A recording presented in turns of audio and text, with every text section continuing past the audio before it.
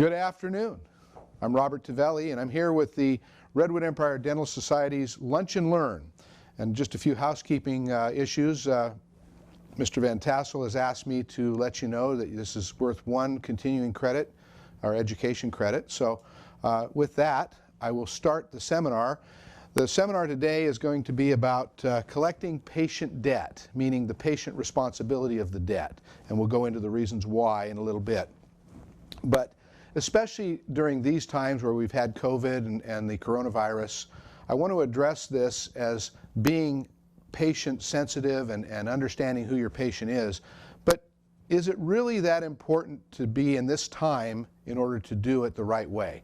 So as I go through the seminar today, I want you to understand that we'll be talking about dealing with difficult patients, we'll be talking about getting information from patients, we'll be talking about working with patients, but at the same time, it's a customer service approach you should take whether you're dealing with a friendly consumer that isn't paying their bill or has some reason for not paying their bill, or a person that's just difficult. And really, there's ways of dealing with those folks. So what I want to do today is talk a little bit about an overview of who we are and what we're here about. So I'll start with the first slide. That's me. Actually, a little less weight today than then maybe, so you might not recognize me. I've been around the industry for over 40 years.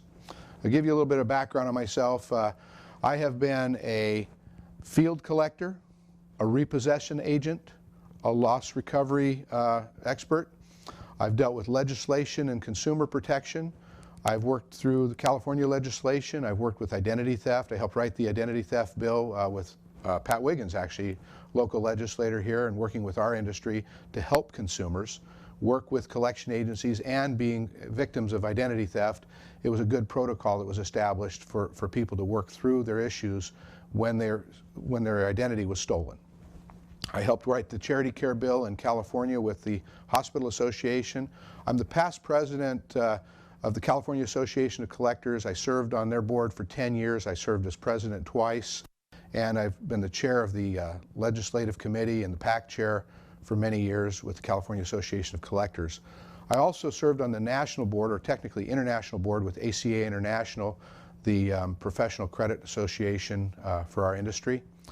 And in that level, I also worked with medical debt, healthcare debt, the protocols, and working with patients. I've seen a lot over the last 40 years where we used to be responsible for our own healthcare debt, and now it's been kind of what is the patient responsible for. Now in dental, we've seen that can vary because you're dealing with patients that are responsible for their debt. Maybe you aren't dealing with as many healthcare issues as many insurance issues as the healthcare industry is, but you still deal with contracts, so we'll be covering some of that as well today. As I said, collecting patient debts during difficult times, many companies look at their receivables when things are getting difficult or when things are tighter in the economy. This is something today that you should be looking at when you're running your company every day of your life, whether it's good times or bad, because you'll be the ones succeeding in the future if you establish some of these practices and procedures. This is a little bit about our company. We've been here since 1983. You'll see a picture there of my son, Ian, who is my oldest son, who is the president of the company. And he has grown up in the industry. He's seen everything. And probably one of the funnest things we have today is I'm the old dog and he's the new dog. And we run into scenarios where I do things in a very practical way, dealing with people. I've learned about people over the years, and I've learned to deal with difficult people. And let me explain one thing about dealing with difficult people. You're looking at a guy who's had 3 or 4 guns pointed at him. One in particular left at his forehead for about 40 minutes while I was held hostage, and I was able to talk my way out of it. One way you talk your way out of it is you don't panic. So we'll talk a little bit about when we deal with difficult people today, what we're talking about in managing the call. So we're going to go through a little bit of that as well. You don't have to have a gun pointed at you in order to figure out how to be calm and work with somebody. It's giving yourself time to work with people and their circumstances, and listening skills are just as important as speaking skills. You'll notice when I speak today, I don't say and ah and pause a lot. because really what I'm doing, if I stopped right now talking, it gives people a chance to catch up with me. Think about that as we're talking with patients, and try not to talk over people. That'll be something we'll be dealing with a lot today. So again, you've heard our intro. This is something I always have to give. It's a legal disclaimer. I'm not an attorney. Attorneys do call me as an expert witness on occasion for FDCPA issues. The Rosenthal Act in California, agencies have contacted me to look over their stuff and make sure that we're following good compliance. We work with HIPAA compliance and PHI, so we have a good knowledge of that. We have a great deal of experience in our office with long-term employees, so that we have people that can help you when you have a question, so you can always give us a call. But the legal disclaimer is something that I may say something today and you say, oh, is that a legal issue? Well, go talk to your attorneys about that, because before you implement something like that, I'm a consultant. So go back to your attorneys, make sure that you can implement something based on your practice, because sometimes those things can vary practice to practice. Now, I want to talk a little bit about performance, because performance really is about how well we do our job. And if you think about it, if you have 5 people doing the same job, it's easier to measure their performance because they all have the same amount of work coming in, they have the same number of phone calls to make, or the same people to admit. Whatever the job is, it can be measured as long as you have comparables. And comparables are the equivalence of the job performance. So if I were to ask each of you, and usually I'm in front of a crowd and I get everybody to raise their hands, so I won't see your hands go up, but if you could answer this question for yourself as much as me, or if there's 5 people in your office and you want to talk about this later, think about performance. Because I don't know about you, but I want 100% out of every employee that works for me. And so I always ask for 120. So before I can ask for 100%, I would have to say, what is the measurable thing that I want to measure based on obtaining that 100%? Well, as if it's just an employee, I'm looking at, did they show up on time? Is their absentee rate down? Do they have a great attitude when they show up for work? But in this case, let's talk about collections just as an example, and you can apply this to any job in your company. If I have 3 collectors, and I give each of those collectors $100,000 to collect, and we'll assume that that's 100%. They're not going to collect 100% of that, because there's all the things involved in that are going to be, what are the influences that allow you to collect the debt? So for example, if everybody paid, it'd be 100%. But they probably wouldn't need you to call them in the first place. So you're not starting out at 100%. And we're going to get into grading your accounts, and that's another way to look at it. But think in terms of your office. What tools do you use? What interferences do you have? Do you have outside influences, inside influences, interference or what have you?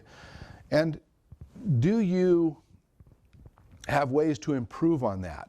So if you took 3 people, and each one of them you wanted to be 100%, we first have to establish how much of the 100,000 would equal 100%. So if we got them to collect half of that, and that was 100%, and one person collects 40,000, another person collects 60,000, and another person collects 30,000, what I want you to look at is that as a department, that department has to add up those 3 percentages and divide it by 3 to know what the department's doing as far as a performance level.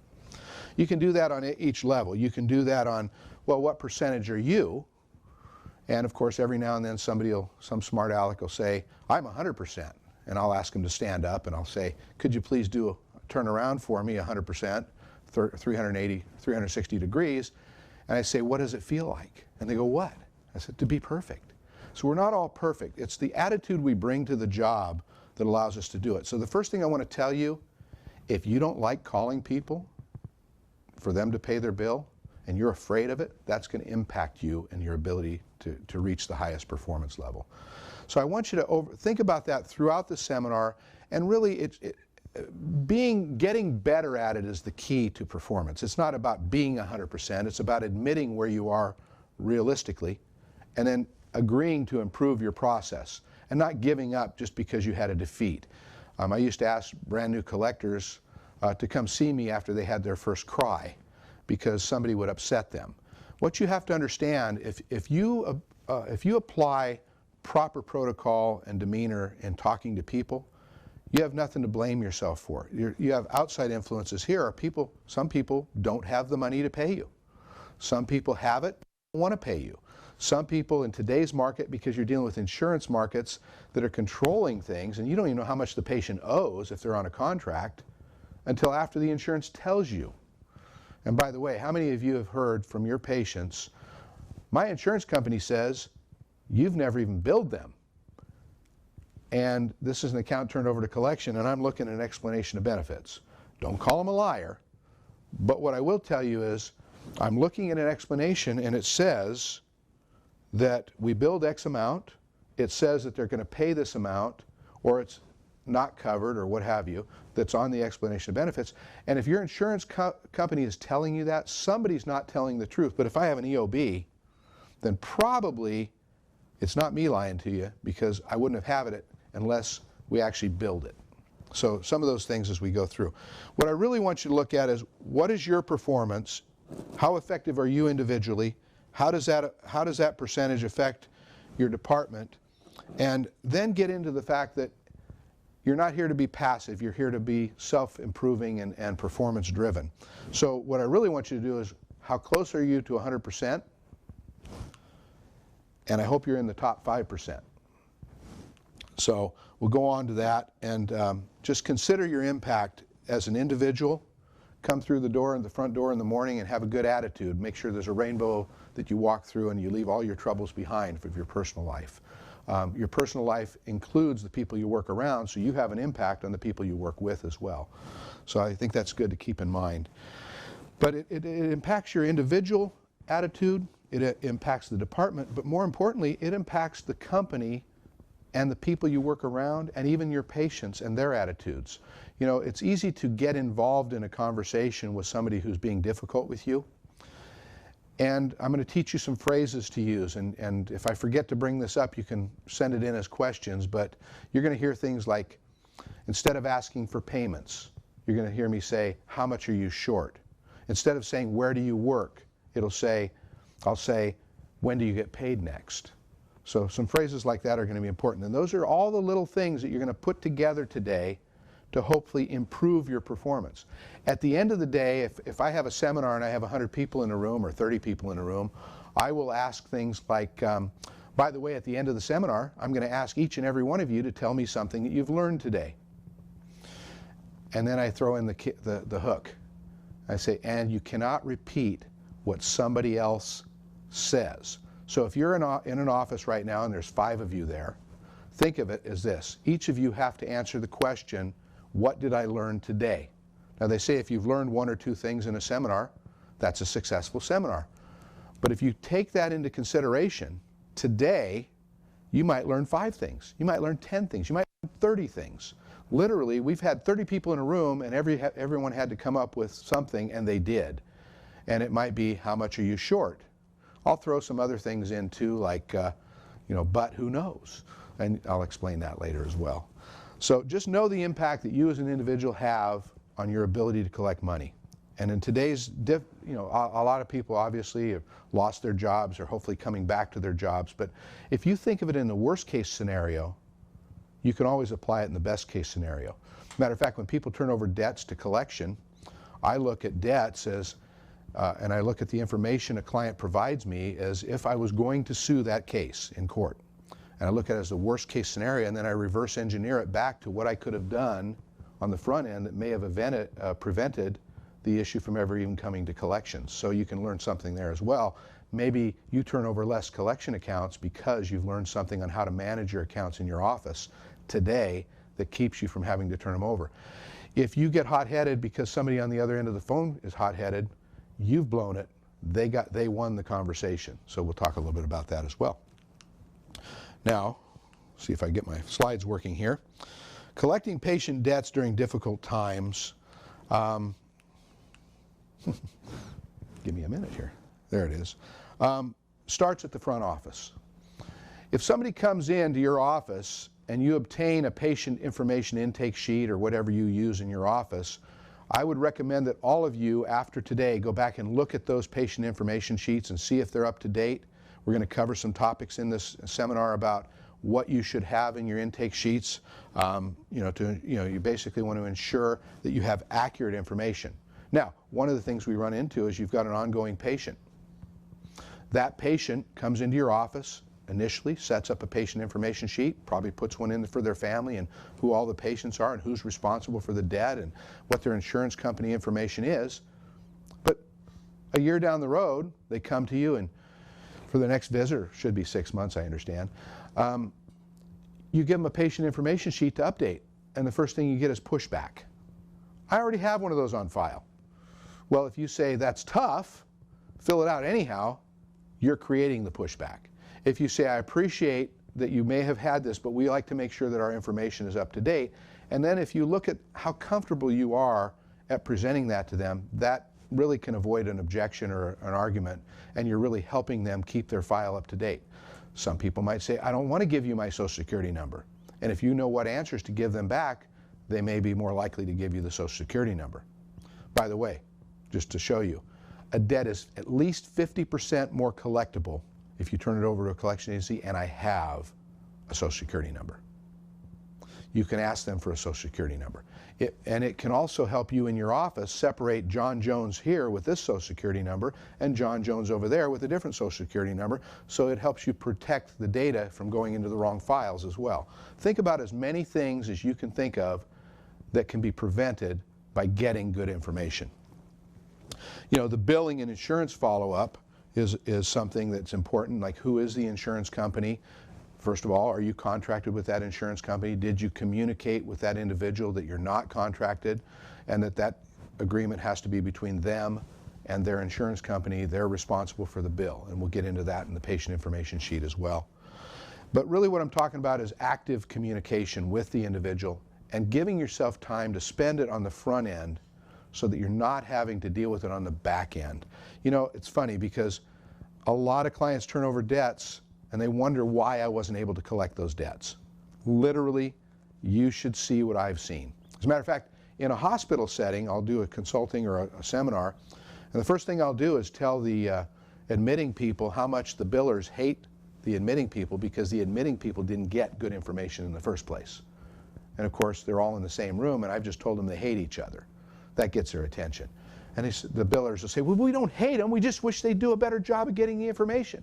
And then I turn on them and I say, oh, by the way, the admitting people actually believe, I think they don't like you either.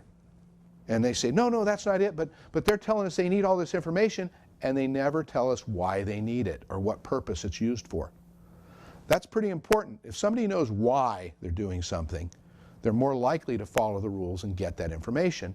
And if you think about it, everything you learn today that prevents you from having to turn over somebody for collection is really a pretty neat thing, because that's the highest level of customer service you can have. When you don't have to turn somebody over because you've communicated properly and understanding their circumstances, there may be times where you have to turn an account over to collection, but it's not based on an animosity that's been created over time because, gee, that guy's a jerk, I think I'll just turn him over to collection. Or you've threatened him and says, if you don't pay this bill, I'm going to turn you over to collection as an ultimatum. You know, I don't know about you, but when somebody tells me I have to do something, I look at all the reasons why I might not want to anymore. So keep that active communication in mind, in the back of your mind when you're talking to people.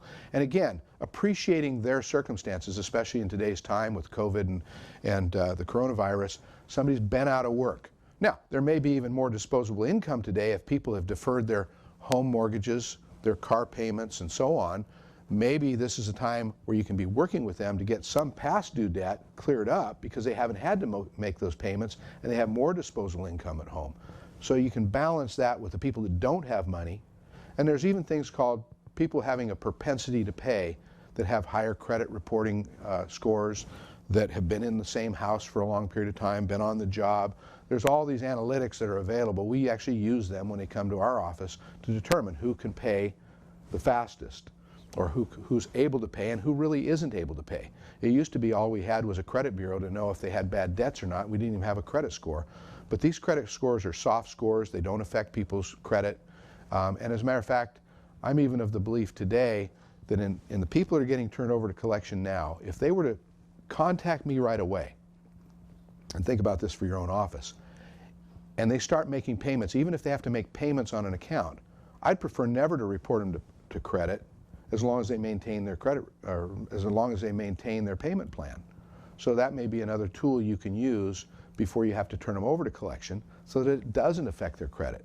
When it comes to us, we have a window of time that we hopefully can get them to resolve their account before it ever reports. If they can do that, we don't report it to credit if it has a zero balance. But we would even extend something like that to say, as long as you kept your arrangement and worked within these circumstances, we don't want to have an impact on your credit that's negative. We want to help you. As a matter of fact, there's a difference between medical dental debt as opposed to a debt that you went out and incurred by writing a bad check or applying for a loan. Those are credit extensions, and you're extending credit by allowing people to make payments, don't get me wrong. But in reality, those are things that should report to credit because they're not paying according to the terms they signed up for. Yours are, when they don't pay you, they should be listed as a collection item eventually, because you don't constantly report accounts statuses to credit stating that they're up to date or not. So, until it actually goes to collection. Now, one of the things you need to know, I did this in a company one time. I went to a company, they wanted some consulting, and they said, we want you to explain to our customers or our patients what our terms and conditions are. And I was dealing with the vice president of the company and the credit manager, patient financial manager, and they said, well, no, we need some help explaining to our customers or patients our terms and conditions. I said, that's very easy. We can draft some language for your letters. We can create a communication style for your patients, and what your front office people say, what your back office people say, and we keep it consistent through a culture. Now, the first thing I then had to know was what their terms were. So I turned to them both and I said, so what are your terms? Neither of them could quote them. I said, so if you can't tell me what your terms are, how do you expect the people in your office to maintain those terms, and how do you expect your patients to understand what your terms are? So we established some things for them, and then we presented that to the patients to, again, build consistency. So turn to each other right now and ask yourself, what are your terms? Is it due at time of service? Oh, is it, oh wait, it's after the insurance company pays, this is what you owe and you have another 30 days? So ask yourself all those variable questions, but in reality, stick to a mantra throughout your office. For example, technically, the bill is due at the time of service. Do we give a courtesy to allow the insurance billing to come around? Then you know what the patient portion is, but when they don't pay it, it was technically due at the time of service. What's posted at your patient front office or in your reception area for the patient? Those are things you want to review and look at. So, first of all, those are the terms and condition issues. And then, what happens the next time they come in? Did any terms or conditions change since the last time the patient was in? Did you give them an updated form to let them know that, or what's your communication style? When you update and document your work, I'm assuming you do that every time. I used to have a fun thing in most offices where the person handling the accounts, number one, might have been the bookkeeper, which might not have always been the most appropriate person to be calling people for money because they account for money, but they are not the best communicators. Not saying that bookkeepers can't be, but often that person's mindset is about bookkeeping and it's not about communication with patients. So that's something to consider in your office. Who's doing what job? The right fits tend to get people to do things that they're more passionate about. So documenting work, and I like to say this, when you're talking to people and you document your work, if you're calling somebody for money, well, think about it this way. I have a phrase. Don't say it if you can't write it.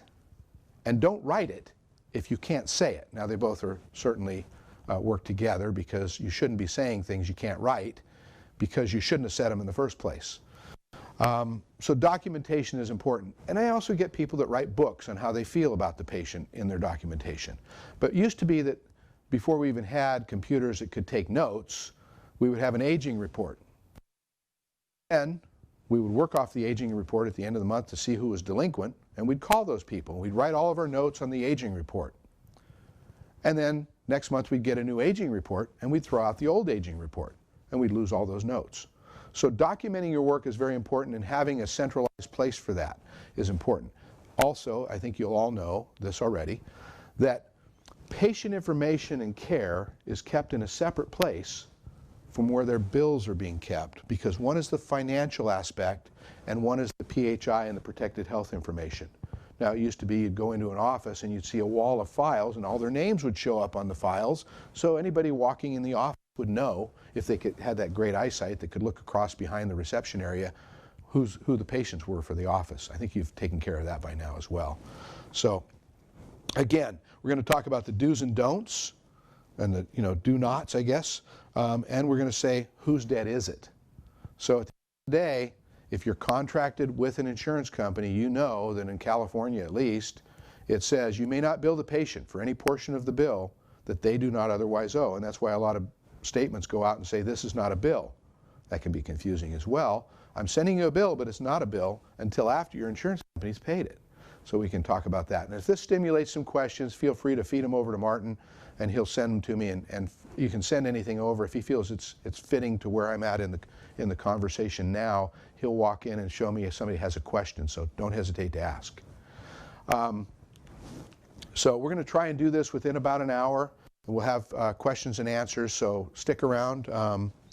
But here's some do's and do-nots. Who's responsible for the debt? Let's just say that little Johnny comes in and needs a cavity filled or a root canal or braces. Who's responsible for that debt? Well, obviously it's not little Johnny. He's not 18 or older, so he's not responsible for the debt. And in this case, we're going to talk about individuals because we're going to assume that the patient has a parent or a guardian that brings that patient in for that care. It could be an emergency service. Maybe a tooth was broken and it needed to be repaired. So what I want you to think about, in divorces, mom brings in Johnny to the dentist.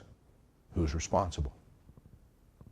And I've gotten all these answers, so without you hearing me able to ask you who's responsible and go around the room, I'll tell you the answers that I've been given. Well, it's the dad. He carries the insurance. Oh, no, it's the mom. She brought him in. She signs the agreement. In our divorce decree, it says that he's supposed to pay for medical and necessaries of life. Then we get into what are necessaries of life for a minor patient versus a spouse or an adult patient. The two people are married, or we'll get into domestic partners if you want, or family billing issues, and when somebody turns 18, and whether or not you should separate off and create a new account for the new 18-year-old that used to be a minor under the parent's responsibility. But let's talk about the divorces. First of all, I want to make it clear. A divorce decree is between the two parents that get divorced. If it says he's supposed to pay the bills, that's an agreement between the two married parties that decide to separate or divorce. They're both responsible for that minor patient until that minor patient reaches a maturity of 18 years old. Then we get into, well, he's on his dad's insurance, so he should be responsible. No. There's contractual agreements, which is what the contractual is when you bring a patient in that makes you contractual. There's statutory agreements, which under the law basically say that both parents are responsible for the necessaries of a child until they reach maturity, and one of those necessaries is dental care. Another one is food, school, clothing, health care in general is covered under that understanding. I've seen it all, I've argued with them all, I've been told by the mom that dad should pay, and at one time I remember having a conversation with mom and saying, I have to be honest with you, and please take this right, I'm going to be not politically correct. I didn't marry him, you did, please pay the bill. I didn't really say that, but what I'm trying to impress upon you is the fact that it is not you that's responsible, it's the two of them. Then we get into who's responsible in a married situation. California, we have a community property state. If you go in for dental care, you're responsible for your own care if you're an adult. Your husband or your wife or spouse their assets may be used to help pay the bill, but it's the individual who receives the care that's responsible, and that's the person that would end up getting sued if a lawsuit were filed to collect on the debt for enforcement. Now, community property assets might be able to go after if you can show that they were married at the time. Could be an employment, could be a bank account, a joint account, could be a property asset where both parties own a home and a lien is placed on the home. Nobody really takes a home, but they may place a passive judgment lien on a home in order to secure the debt at one point where the house is refinanced, or they sell the house and through the escrow they pick up that lien, and that's how you get paid off if a judgment is there. Timely turning accounts over for collection when it's necessary is important, so that we can be in the front of the line of creditors when it comes to getting that judgment, or at least even getting them to voluntarily pay while they still have assets to work with you, so they're not so desperate and they don't stick their head in the sand or run away from you. It's fear of flight, I think, is the words. So going on to this, whose debt is it? Know the responsible party. When the patients come in, go over your policies, your procedures the first time. When they come in again, make sure that your information is updated and it's kept up to date, so that you can document that you actually did go over it with them. When you call a patient, remind them to bring their checkbook. Those copays and deductibles are another thing that's always left behind, and they seem to be what gets turned over to collection even after the insurance company pays. And then it's the deductible, copay, and that gets turned over to collection, but it's down the road because you wanted to work with them a little longer than maybe you should have, because you just didn't want to turn them over to collection. We'll get into some ABCs and how to look at that in your aging reports. So, but what you want to do is use a standard format procedure requiring new information all the time. Did their job change? And we're going to talk a little bit about that again in the collection cycle, where people get turned over to collection, and what we do in collection is really what you should be doing in your office the same way. We don't actually break legs. We work with people, and we work with their circumstances, because literally working with people's circumstances actually gains greater results. As a matter of fact, it's one of the reasons that I don't like using auto dialers, and we'll get into that a little bit later as far as express permission for using auto dialers, how that transfers to the agent that's working on your behalf. People don't necessarily get in trouble using auto dialers. I don't like them because they're impersonal. They don't really communicate, and frankly, the person receiving the call with an auto dialer has a choice of even just not taking the call. And then when you do use an auto dialer, there's an extra 2 or 3 minutes of disclosure you have to give, letting them know about their rights under the auto dialer and the TCPA. So again, that may stimulate some questions.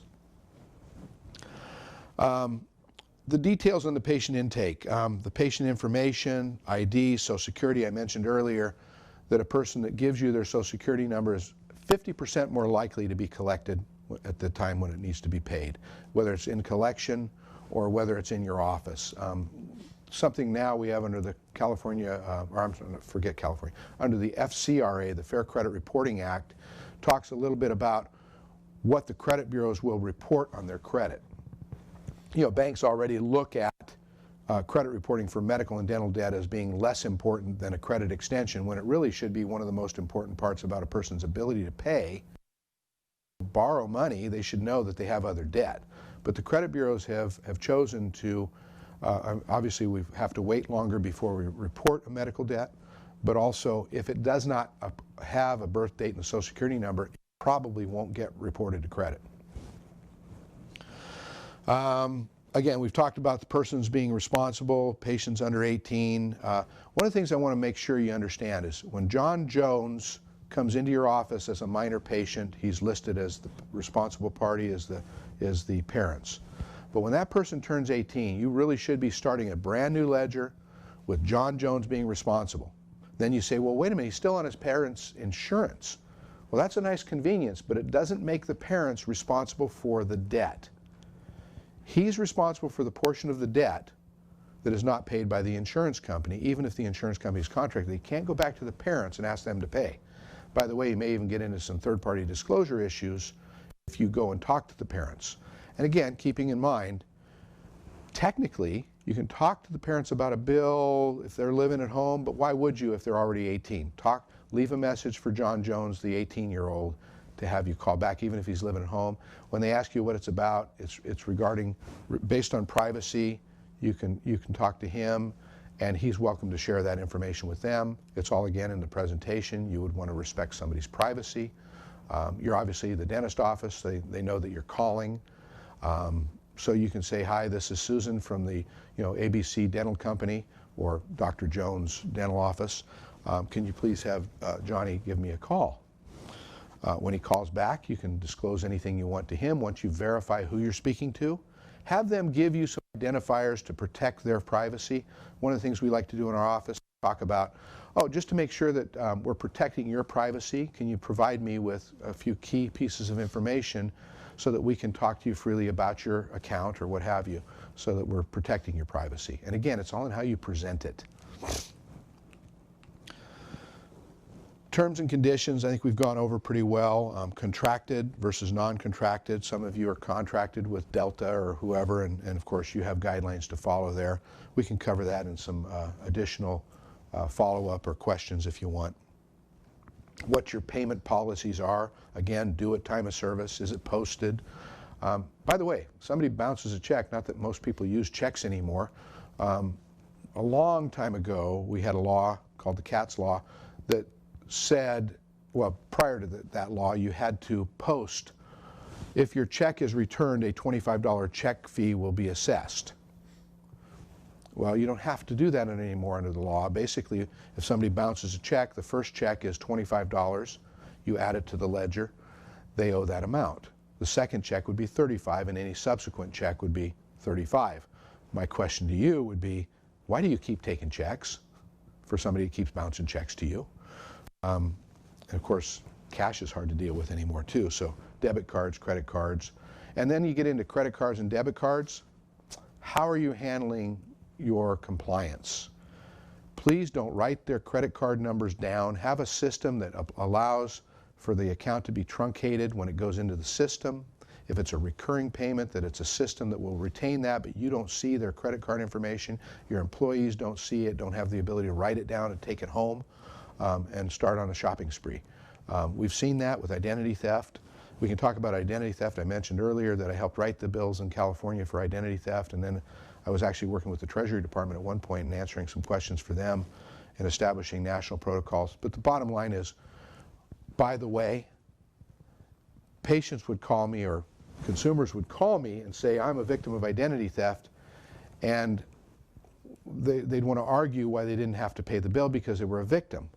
Well, let me just tell you what I told them. What makes you think that if you're a victim that I would want to collect a bill from you?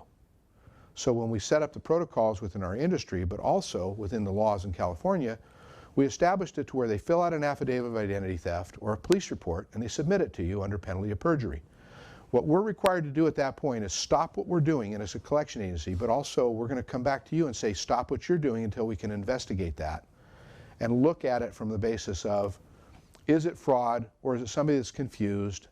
And we get the identifying factors and we provide it to them. They either know they owe the bill or they are a true victim of identity theft, and we can help them. By the way, that's a customer service approach. Why would you want to continue to try and collect from somebody that truly doesn't owe it?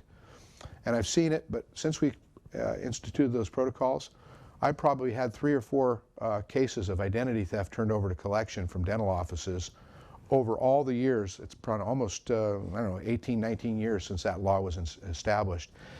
And the bottom line is, people generally get turned over to collections, owe the bill. Now they may have a dispute as to why they don't owe the bill or an objection to why they're not paying the bill, but we want to be able to address that as opposed to them not being the right person that owes the bill. And that affidavit of identity really streamlined that process. And we can talk about that anytime as well. The next one is agreements. Let's say somebody does owe you the bill and they can't pay it off. And we'll get into how you're going to establish an agreement with them to pay the bill. Now, of course, knowing and that they accept the responsibility of the bill that's not paid, and understanding on how they're going to pay it is going to be important. When we get into the collection cycle, we'll talk a little bit more about that. It should say contract clause, I believe, right here. No, it is contact clause. Permission to be contacted, but it's a clause within the contract that talks about express permission to talk to people. So today, many people have cell phones. And when using an auto dialer, if you don't have express permission to speak to them, now that can be covered in your intake sheets that says, I have something in there that says it's okay. As a matter of fact, I was such a smart aleck at one point, I put out a clause that says, you hereby give permission now and until eternity that says that I will have permission to contact you at your cell phone. If you change your cell phone, we can contact you at the new cell phone. But all that said, anybody can remove that ability for you to call them on even a regular phone, as long as they say, don't call me anymore. So using auto dialers requires you to give disclosures. Talking to people, communicating with individuals, whether it's across the counter or on a phone, finding out if it's convenient for them to be reached at that number is important. But when you take in a patient, the more good information you get on the front end, the easier it makes if it ever gets to me or goes to a courtroom or even just goes to the back office of your company to collect the debt. Again, TCPA, Telecommunications Consumer Protection Act is what that stands for. And again, using auto dialers and express permission. Insurance issues, knowing your insurance contracts is important. Working with those contracts and working with the insurance company to make sure you get paid. You all love HMOs and PPOs because before that, the patient was responsible for the bill, and you could get their cooperation real easy because they owed the bill, and they could pick up the phone, call the insurance company and say, hey, why haven't you paid my bill? And that usually got their attention because there was an insurance commissioner that would work with the insurance company for dealing in bad faith. We had less of a problem. As a matter of fact, nationally, healthcare has gone down to a recovery rate of somewhere between 9 and 12%, depending on how effective you are.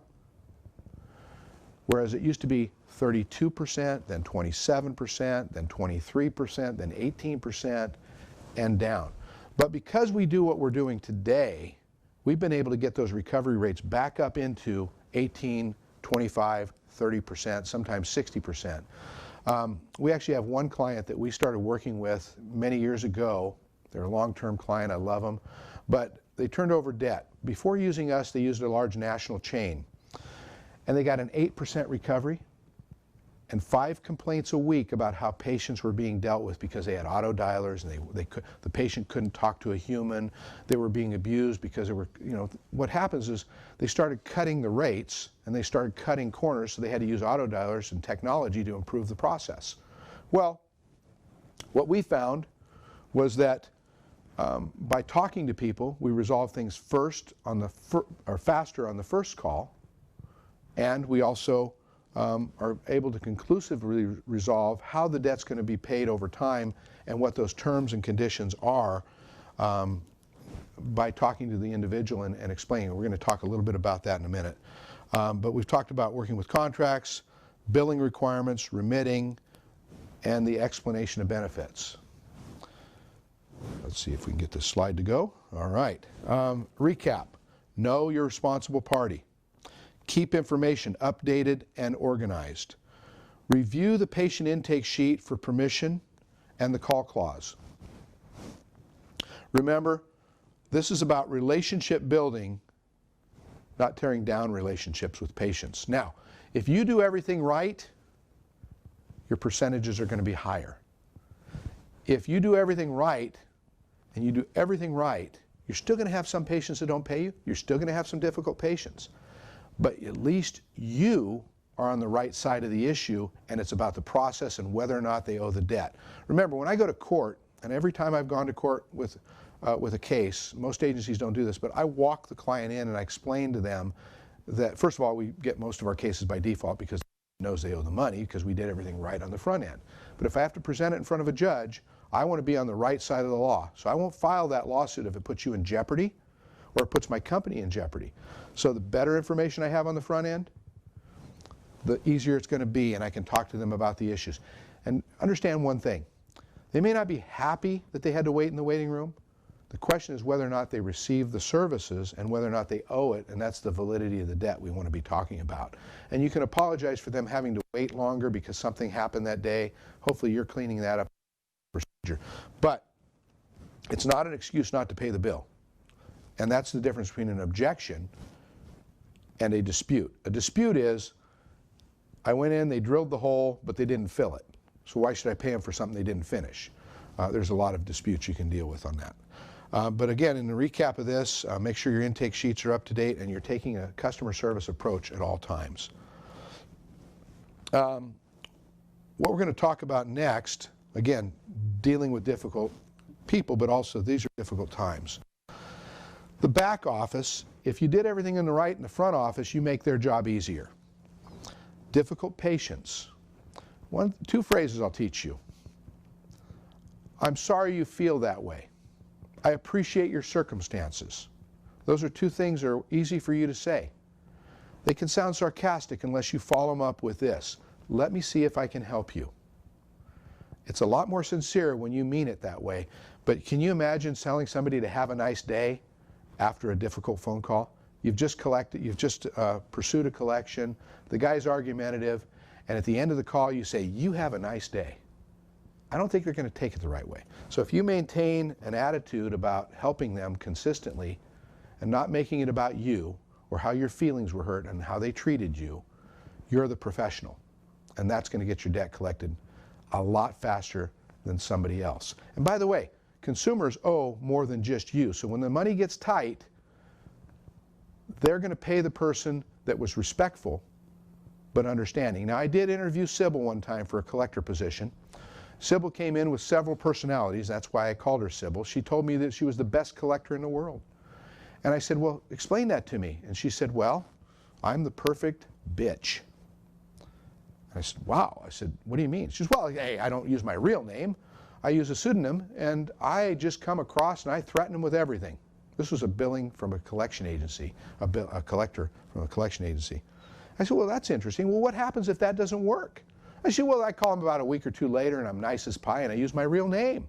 Yeah, people are willing to use their real name when they're nice to people. And then I said, well, what if that doesn't happen? Well, then I use a British accent. What if that doesn't happen? And she literally said, then I'm the hair-lip secretary in the legal department.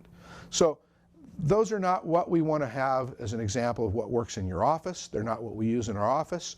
What we want you to do is use the same tools and techniques that we use in our office, but know when to let go of that account. So you want to deal with difficult people that way, but you also want to make sure that the workflow is going through the way it should. Some people, after I'm all done with an aging report, they say, well, when should my accounts be turned over to collection? And basically, we're going to get into the A, B's, and C's and grading those accounts. So for example, A's are people that are working with you. A's pluses are people that are working with you. A minuses are people that might need a call, but you don't want to stereotype them as bad people. They may have legitimate issues. They may be hard of hearing. They may be an elderly person that needs better communication. It could be a number of things. Your job is to discern who you're dealing with. Think about the times that you dealt with a difficult person. Has anybody, and this is one of those cases where I tell everybody to put up their hands if you've ever dealt with a difficult person, whether it's in the supermarket, you know, whether it's in the restaurant, the waitress or the waiter comes to you. I remember going on a cruise where I was treated very well. I got off the cruise, I went into a little local restaurant, waiter comes up and says, yeah, what do you want? I looked at him and said, a new waiter. So keep that in mind. You don't want to be that waiter. How did you manage that case? What would you have done different if you review it? If you go back to any scenario in the past, what could you have done differently? Let me give you one example of that. About 40 years ago, I was serving legal papers for the court. I went out to a rural area. Somebody I had served 6 or 7 times these legal papers, different papers. I walked up, I knocked on the door, I saw somebody inside, the windows had a shade that were above my eyes, I looked across, and what I saw was a man reaching for a .45 caliber pistol who got out the door before I could get off the porch. He put it right here, he pulled the hammer back, and he was going to kill me. And he was also a former explosives expert. a demolition expert in Vietnam. What happened was I had a very calm come over me. Now, we don't know how we're going to act in those scenarios, but I can tell you today I'm probably alive today because I acted calmly. I'm going to make a long story short. There was one point where if I had gotten to my knees, I wouldn't be here today. I got him to blow the gun into a tree that was sitting next to me. He took it away from my forehead, blew it into the tree. When he did, he expelled some energy, and I used that to talk him through that I get paid very little for serving the papers. I had nothing personal against him. I didn't even know him, and that I could even take the papers with me. And of course, you know, later on, as I start walking toward my car, he started flaring up again. I could not stop at that point. I kept walking slowly, kept talking him down like a hostage negotiator, got in my car. He's waving the gun in my face, telling me if I ever go to law enforcement, so-and-so, you know, something will happen to me. And long and the short of it is I hit the gas, got the heck out of there, and then fell apart. So if you can look at those scenarios, hopefully you never have somebody that's that volatile. But if you see somebody getting volatile in your office, they have other things going on in their world. And you have to keep that in mind. And if you draw to that conclusion, it's not about you, let me see if I can help you. If they don't calm down at that point, you do not want to continue that conversation. It will make it worse. So working with people is important, never to get them to that stage. Listening to phrases like, I appreciate your circumstances, let me see if I can help you. I'm sorry you feel that way, but let me see if I can help you. This can be frustrating, especially with insurance these days. It's very frustrating. So, my timekeeper is over here telling me I'm running out of time. We're going to get to the 1 hour, and if there's some questions, feel free to answer them. You can tell I'm kind of rushing through this process. By the way, this is a 3-hour seminar, so here we go. What could you have done different? Now we go to the ABCs and the workflow. I want to show you this graph. The A pluses and A's are the preferred customers. Those are the people that when they have a problem, they call you, they fix it, and they pay you. They're the people who say, no, let me pay you beforehand, and then if there's anything left over, give me a reimbursement. Or they're the people who are so concerned, they understand what you're dealing with, and they appreciate you so much. By the way, that's my dentist. They're great people, and that's the relationship you want to maintain. The A minus, if your kid brings home an A minus on their credit report, on their credit report, we could look at that, on their report card, you don't slap them around. You say, wow, great job. Anything you could have done better? But if they bring you 5 A's and a B, you're pretty darn happy. They're getting a scholarship. But address an A minus as the first strike in having to call somebody for collection. And by the way, we're going to do this in our process in our office the same way. We downgrade the account because they're less likely to pay. We look at them as to whether or not they have assets and whether or not they have a debt large enough to sue as a worst case scenario, and we try and help them understand we don't want that. So that's a 3-minute phone call for one reason. Take the most time on the first phone call so you don't have to make a second phone call. But when you have to make a second phone call, look at it as a B+. Look at it as strike 2. Now there can be some balls and strikes along the way, but you have to ask yourself, where does this person stand with me? Now I was teaching a group of women, or probably 30 women in the office, and so a gentleman was auditing the seminar, and after the seminar, I asked him if there was anything I could have done different. He said, no, I really liked the seminar. He says, but you know, when you got to that part where you said, listen to your gut, and act on your gut, don't just ignore it for another month and put it off. He said, maybe you should use the word tummy because you're talking to women. And they might respond better to that. And then I asked that question to many women, and they said, use the word gut. We understand what it is, and it's a gut feeling you're looking for. So listen to your gut. Then when it comes time to turn an account over to collection, the better documentation you have and you present to the doctor, they're going to be more likely to turn it over to collection because you can't keep spending more time on it. Or really, it's like throwing salt in a wound, and we're going to be able to be less collected, or the debt's less collectible when you wait too long. But we're going to keep in mind that it's your patient we're dealing with, even if they got turned over to collection. We're not here to insult them further. We're here to talk to them about working with us on paying the debt. And actually, we follow these guidelines when we teach our people. Strike 3 is a B. And it's a 1-minute phone call, so you can see the downgrading of account. Now, I don't care if you spend 5 minutes on the first call, 3 minutes on the second. It's not spending more time on each call when you have to escalate the call. And you'll notice there's no such thing as a B-, because what you've done up until that point is given that patient or that responsible party the benefit of the doubt. And that's really what it's about. We used to say that C stands for collection, stands for credit. Sometimes if they came in to defraud you in the first place, it might even be a credit criminal. So those are things to keep in mind. The ABCs, there's some narrative here, and this is all going to be available to you after, but we also have a lot of this in a narrative that you can use in your office when doing internal training, and we offer those things as well. But really the A pluses and A's are minimal time to process, A-, an occasional call or a reminder, B, temporary classification. It can go back up if they just get straightened out and they start paying you right away. Bring them back up. Don't bring them up to an A+, maybe an A-, and keep working with them. Conclude the debt and talking to them. One of the things I want to talk to you about when it comes to collecting the debt. If somebody owes $586.26, ask for the amount of the debt. Then they're going to say, I don't have it. Watch the difference between saying, can you make payments, or how much are you short? Can you make payments elicits a tentative or a typical response, I can pay $25 a month. And that generally takes, well, I guess that'd be about 20-some months to pay off a $586.26 debt, maybe a little longer.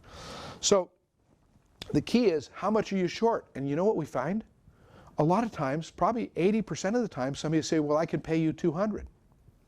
And instead of saying, can you pay me $200 next month, or can you pay $50 a month, or can you do this or that or the other thing, say, when do you get paid next? Because there's nothing restricting somebody from paying you twice in a given month, or paying off the debt before the end of the month. Doesn't mean they can, but ask for more. Chances are you might get it. And you've reduced your overhead in trying to collect that amount of debt. You've also sent the right message to the patient that you're trying to work with them on their whole debt. And if they end up having to set up a payment plan, you've got the right terms and conditions to work with them in resolving their debt.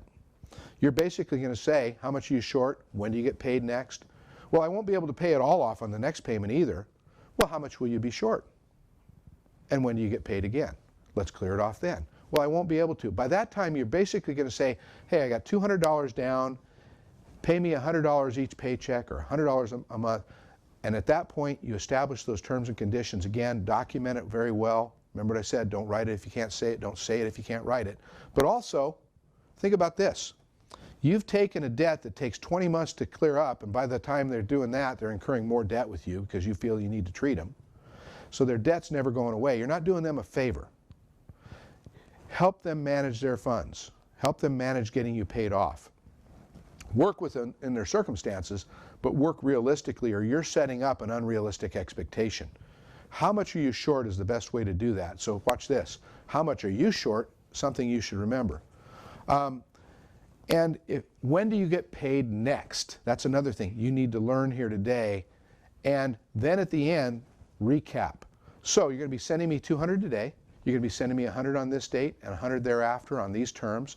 Now, if there's a problem, the most important thing, Mr. Jones, is please give me a call, because we want to continue to work with you. Notice how there's a motivating statement there? And by the way, if you're the office doing it right, the doctor's office over here or the other place, the vet, isn't doing it right, you're the one getting paid first. When it comes to how much does it take to live in our society, it takes your paycheck plus $40. So, and you need to take action when it's time. You're not threatening people. You're not saying things like, if you don't pay this, I'm going to turn you over to collection. Say, I really want to work with you, so if we can keep this in our office, otherwise I have no choice but to refer it on to our agency, who will work with you, but I'd rather work with you here, and so that we can keep that relationship. So telephone tips, this is the narrative. Basically, this will be on the slides, and I think you'll have it on your YouTube. You know, make sure you're dealing with the responsible party. Restate original terms. Obtain a commitment. Second call, you're reobtaining a commitment because you had to call them in the first place. And one thing I want to tell you, don't ever say this either. You said you were going to mail that payment and you didn't mail it.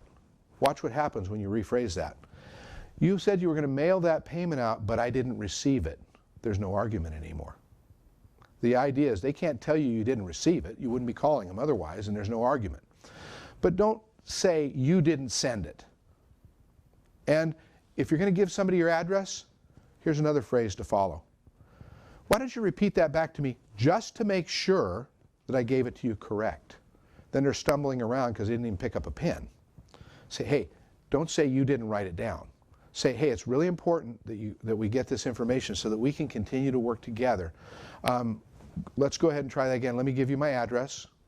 Then just repeat it back to me and make sure I gave it to you correct, because sometimes, like spelling my name, I get P's and Z's in it when there's no P or Z in Tavelli. So, and again, state motivational reasons for them to pay. Don't threaten them. There are motivational consequences that if they don't pay, it does go to collection. And by the way, at the end of this, I'm also going to let you know that there's some notices that we can provide your office that you can use internally. You can put them on your letterhead. They're not books to the debtor stating, you owe this bill and how dare you. It talks about the debt. It talks about how you've tried to work with them and you want to work with them. And it's conclusive, it's concise, and they can't misconstrue it for a threat or an argument. It's something that allows them to deal with it as a debt they owe, maybe even opens communication to your office. And some people are just intimidated. They don't know how to deal with it themselves. And so you'll be giving them an opportunity to work with your office. Remember, how much are you short? Getting them on the phone is also important. When you leave a message for a patient or a responsible party to call you, you don't go like this. Hi, this is Susan Smith from Dr. Jones's office. This call is for Robert Tavelli. Can you please give me a call? Get on the next one, do the same thing, do the same thing. You're not a robot. And by the way, because you can't disclose things to third parties, you don't want to be telling the person you're talking to that you don't know that Robert Tavelli owes a debt and he should be paying that debt to our office. You don't want to do that robotically, but you don't want to do it at all. You want to respect Robert's privacy and say things like, when they ask you, what's this about? Say, I appreciate that you're asking me that, but out of privacy and you know, of Robert's privacy, if he wants to disclose that to you, he's happy to, but I just, you know, it's regarding a personal business matter I'd like to speak to him about. And if you would leave him that message, I would really appreciate it. That word appreciation goes a long way. You're not going to thank people for not paying you, but you're going to appreciate the cooperation and you're going to thank them for the cooperation. And hopefully that increases your outcomes of reaching 100%. We've talked about that in the front end of the seminar. They're on the phone. How you speak to them is important, but you've got to get them on the phone. By the way, an interesting thing. If you're calling up Robert and a woman answers and you're a woman, you're not going to say, hi, is Robert there? You're going to say, hello, is Robert Tavelli there? And you're going to tell them who you are before that woman asks you who they are. And it works the other gender as well. The key is to be able to get them to call you back. And notice the importance of calling you back. So when they say, I'm not going to leave them a message until you tell me what this is about, and you're comfortable with this statement like, well, I appreciate that, but again, out of privacy, I think, you know, Robert would want us to talk to him first, and if he wants to tell you, that's out of respect for him. And you would certainly empathize with that and know that you wouldn't want us sharing your information with him unless we knew who he was. And again, we're here about protecting information and working with people. If he doesn't return your call, he either didn't get the message the first time, but if you've left a couple of messages, remember the downgrading the account, that can be used there too. You leave 3 messages and none of them are being returned, you send out your notice, it's not being responded to. It's not that you're going to be vindictive. That's an indicator that that account needs to go away and you need to let go of it. And we can probably put it back on track the sooner you do that. Let's see what's next. Recap, use a customer service approach to difficult patients, but also all patients. Use the ABCs to grade your accounts. That will tie into your aging very well when you go back and look at it, because you're using a more effective tool which reduces the aging naturally. And at the end, somebody will say, well, when should my accounts be turned over to collection? If you use this approach, you're going to know, based on your gut feeling, when that account should be let go and where you no longer can do that. Because guess where you need to spend your time? Handling quality situations with the customers that are 97% of them that are already paying you and making sure they don't go unhappy. You want to work with them and solve their problems on a service level. Let's see what else we've got here. Well, collecting patient debt during difficult times. This is your conclusion. Be organized and manage your situation. Document yourself well. And at this point, if there are any questions, I'll ask Martin to bring them in. If there aren't any questions, but you want to follow up, and we can always answer your individual questions later, you can submit them to Martin, and I'll be happy to support that. You're not going to be hit with a sales call or anything like that. You want to use our services, we're happy to take you on. But we want clients who understand this philosophy so that we can reduce your costs by doing it efficiently and effectively so that your practice is benefiting from that service, not just the accounts that you turn over for collection. When you turn an account over collection, you want to make sure that your patients are being dealt with respectfully, that we're able to collect the most money for you. And I can't tell you the number of times where somebody comes to me and says, why haven't you collected this debt?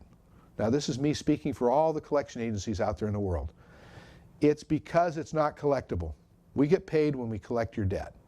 The better you supply that information to us, the better you work with our office and understand it's a relationship, the better we can work with you and help you improve your internal operations as well as collect more from you, for you on the back end. I just want to thank you. Look at the true cost of collecting in your office. If you're paying somebody every month to call those people, you're paying people regardless of whether or not they're paying you. You're paying me only when they pay. It's about knowing when to let go, where you should spend your time, and being consistent in your practice. And if you have 3 people doing the same job, it's not about pitting them against each other. It's about them sitting down. Maybe you give them a percentage based on who's more effective, but look at what tools they're looking at. For example, when I'm measuring 3 collectors, I look at their average payment size that they're obtaining because they say, how much are you short? And they get their average payment obviously tends to be higher. If you say, can you make payments, and it's a lower average payment size, if you're collecting 500 payments in a month, $10 times 500 adds up. So that average payment size is important. When you're collecting most payments in full on the first call, that reduces your cost of operation because you collected them on the first call rather than having to call the same person 4 or 5 times. When you set people up on $25 a month payment plans, guess what? Chances are you're going to have to call them 4 or 5 times. Whereas they don't, because they know it's not as important to you, so it's not as important to them. I had slides I could have shared with you. If it's 30 days old, if it's 60 days old, we'll wait 90. If it's over 90, they probably didn't want the money at all.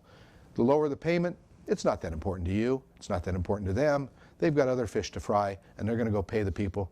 The squeaky wheel gets the grease, but you can be squeaky and get paid with 1 phone call versus 10. And it's about being consistent in your communication. Gee, there's a term there, consistent. Work with it and improve yourself. Tie a broom to your butt is what I'm going to leave you with. And what that means is when you can improve something in your office and you have a broom tied to your butt, sweep up after yourself, clean up, work together as a team. You're not in competition with each other in your office. You're working within your office to improve your doctor's practice and being able to be paid timely and being able to keep your payroll going in these tight times to where rather than laying somebody off, you're able to bring quality staff on and retain quality staff.